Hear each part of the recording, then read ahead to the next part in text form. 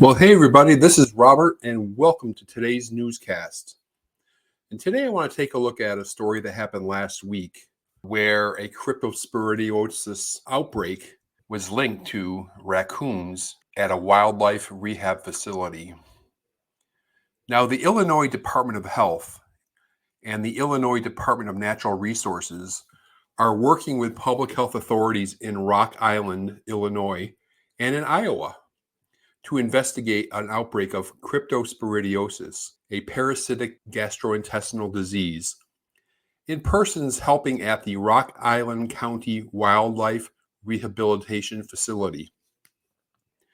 Public health officials said at least 12 individuals have been identified with probable or confirmed cases of the disease following contact with raccoons at Pat's Bandits in Hillsdale.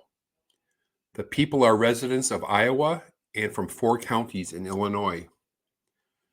Now, public health officials said those who were sickened had contact with raccoons at the facility while volunteering between June 22 and July 3rd. And they ask anyone who's experienced diarrhea in the 2 weeks since assisting at this wildlife facility should seek medical attention and possibly testing for cryptosporidiosis. Now, the Illinois Department of Health is advising healthcare providers who treated individuals with diarrheal illness who reported volunteering at Pat's Bandits to consider the diagnosis of cryptosporidiosis. They should also alert their local health department so that the health department can follow up with the affected individuals. So cryptosporidiosis is an illness caused by the protozoan parasite Cryptosporidium. The most common symptoms, of course, are diarrhea that is usually watery and profuse, often accompanied by abdominal cramping. You may also see nausea, vomiting, fever, headache, and loss of appetite. Rarely, the parasite can cause an inflammation of the gallbladder or infect the lining of the respiratory tract, causing pneumonia. Some people who have Cryptosporidium may not become ill at all. So how do you contract this parasite? Now, Cryptosporidium, or as it's affectionately known, crypto, lives in the gut of the infected human or animals. An infected person or animal sheds cryptoparasites in their poop. An infected person can shed 10 million to 100 million Cryptosporidium oocysts in a single bowel movement. The shedding of crypto in poop begins when symptoms like diarrhea begin and can last for weeks after symptoms stop. It's also very infectious as far as infectious dose. Swallowing as few as 10 crypto oocysts can cause infection. Now, crypto can be spread by the following means: swallowing recreational water, for example, swimming pools, fountains, lakes, and rivers that are contaminated with the parasite. And crypto has a high tolerance to chlorine, which enables the parasite to survive for long periods of time in chlorinated drinking and swimming pool water. Drinking untreated water from a lake or a river that is contaminated with crypto. You can also contract it by swallowing water, ice, or beverages contaminated with the poop from an infected animal or human. Eating undercooked food or drinking unpasteurized or raw apple cider or milk that is contaminated with the cryptoparasite is another way to contract the parasite. Touching your mouth with contaminated hands. Hands can become contaminated through a whole variety of means, such as touching surfaces or objects that have been contaminated by the feces of an infected person, changing diapers, caring for an infected person, and touching an infected animal. And we frequently have seen crypto outbreaks related to like petting zoos in little children. And also you can have exposure to the feces from an infected person through oral anal sexual contact. Now, Cryptosporidium is not spread through contact with blood.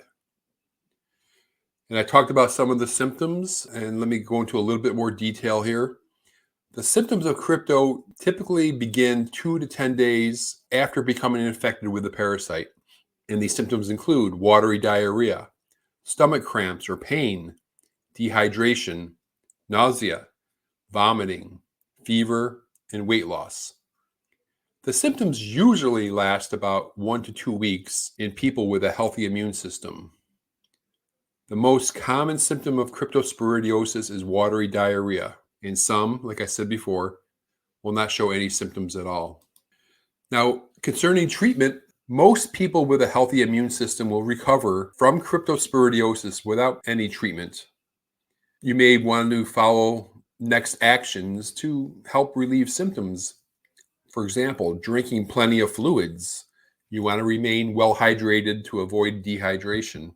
Maintain a well-balanced diet, avoiding beverages that contain caffeine, such as tea, coffee, and many soft drinks. And avoid alcohol, as this can also lead to dehydration. Over-the-counter antidiarrheal medication might slow down the diarrhea, but a healthcare provider should be consulted before you take that route. There's a drug out there called nitazoxanide, which has been FDA approved for the treatment of diarrhea caused by Cryptosporidium in people with healthy immune systems, and that is available by prescription. And again, you would consult a healthcare provider. Individuals who have health concerns should talk to their healthcare provider. And lastly, prevention. There's no cleaning method that's guaranteed to be completely effective against crypto. However, you can lower your chance of spreading crypto by taking the following precautions.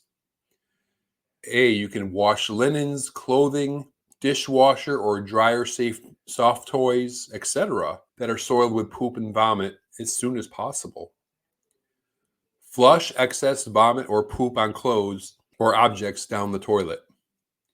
Use laundry detergent and wash in hot water, 113 degrees Fahrenheit or hotter for at least 20 minutes, or at 122 degrees Fahrenheit or hotter for at least 5 minutes.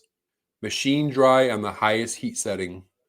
For other household objects and surfaces, for example, diaper change areas, remove all visible poop, clean with soap and water, let dry completely for at least 4 hours. If it's possible, expose the area to direct sunlight for at least 4 hours. And wash your hands with soap and water after cleaning objects or surfaces that could be contaminated with Cryptosporidium. The best way to prevent the spread of Cryptosporidium in the home is by practicing good hygiene. Wash your hands frequently with soap and water, especially after using the toilet, after changing diapers, and before eating or preparing food. Now, alcohol-based hand sanitizers are not effective against Cryptosporidium. Thanks for listening.